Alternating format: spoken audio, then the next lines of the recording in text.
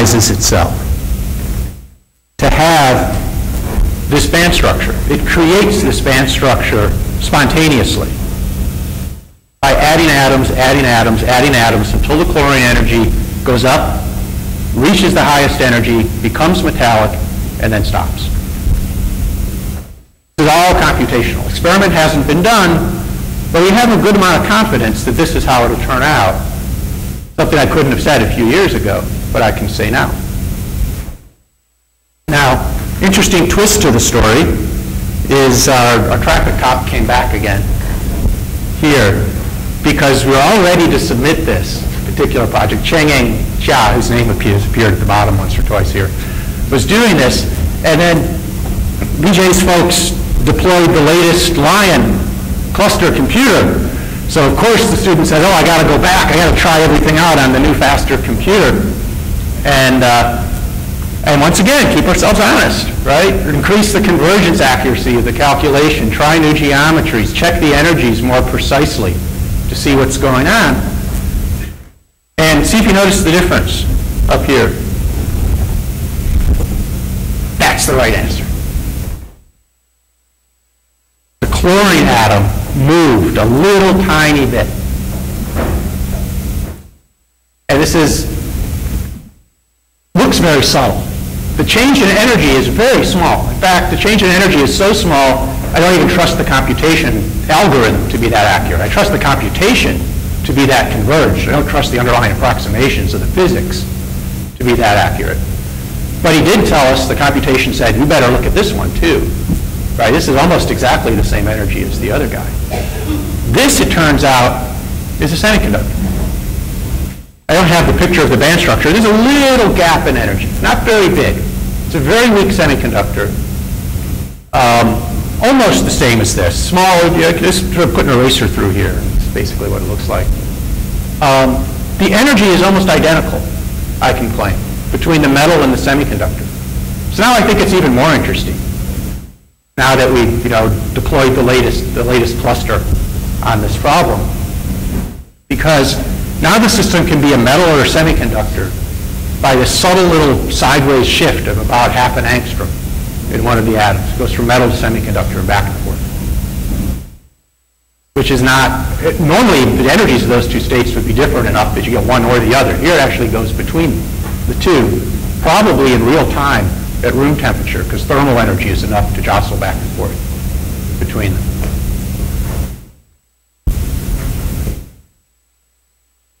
And we were all ready to submit. And then this comes out. And I think it shows that the importance of computational resources, that the ability to do these calculations, I'm using the term honest, to sort of add some drama to it, to do calculations that are faithful to reality, and the importance of getting more and more faithful to reality over time, and the importance of the infrastructure. To do that, you learn new physics and new chemistry as you push.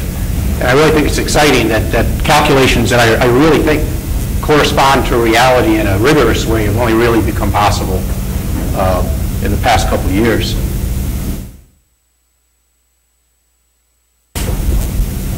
And that's my theme here. Here's our imagination.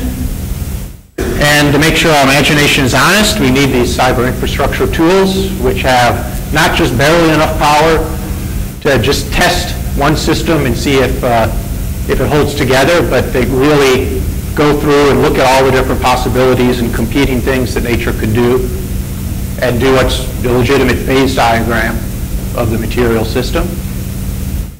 What can we get out of that? Well, if you ask the right question, you can get systems that really can open up an enormous amount, potentially, of new physics and chemistry, where we train an old-fashioned atom to act in a new way. We train a halogen to look like a metal. Tiny motions of the atoms completely change the electron levels. That's called electron-proton coupling, actually. And that's the driving interaction of superconductivity.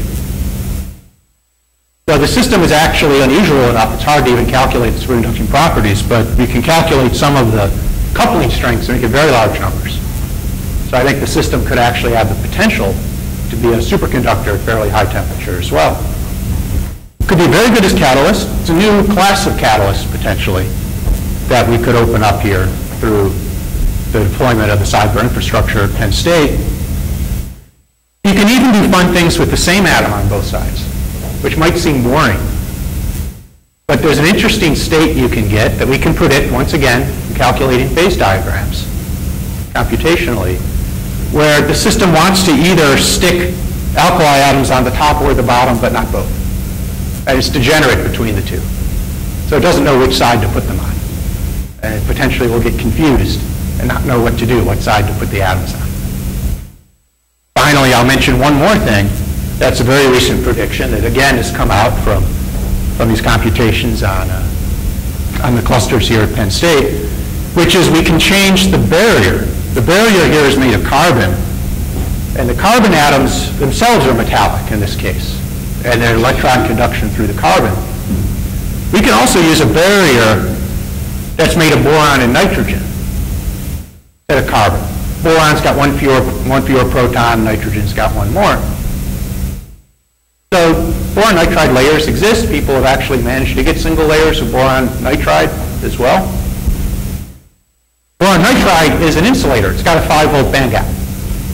So it has no electronic energy levels across a 5-volt range. And in fact, the energy levels of the atoms that we stick on are the ones that define the highest and lowest energy in that case. Again, this is all, everything I'm talking about is computational. We're waiting. Experiments are close. That same repulsive effect I was talking about that comes from the constraint changes the energy levels of those states. But in this case, those states define the highest and lowest energy, the states of the atoms that I stuck on, the chlorine and the potassium. So by changing the density of those atoms, I change the band gap. This is the electronic band gap in electron volts. So this is red and this is blue light, essentially. That's the colors of the light with those energies. Green, maybe green. And I'm sorry, I went the wrong way. This is the blue and this is the green. I went the wrong. So we can change the band gap just by changing the density of atoms that are stuck on the surface by like 2 volts. You know, most materials, if you try to make a tunable band gap, you're lucky to get 1% by doing some dramatic change in the system, squashing it a lot or stretching it or doping it or something. This is something you could do on the fly and get a factor of 2 change in the band gap and change the color completely from one to another and just go back and forth reversibly. You don't have to make 2 different systems, 2 different band gaps. You can get it all out of one, back and forth. And as I said, we're trying in all of this work to be honest, and to do that we need very powerful computational tools because we essentially have to do an accurate reflection of nature, which means an accurate reflection of all the things that could go wrong. And if you know in doing an experiment, there's a lot of stuff that can go wrong. And we need to actually be able to simulate at that level. And I guess I should give a thank you to all the folks in supporting the high-performance computing here that have allowed us to start to do these kinds of calculations in the last few years. So, thanks.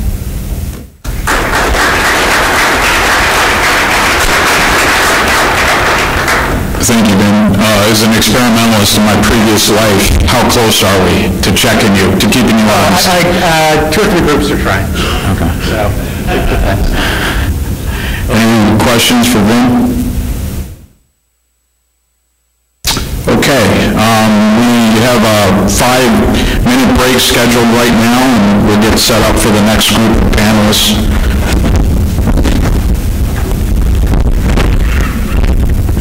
Battery or something.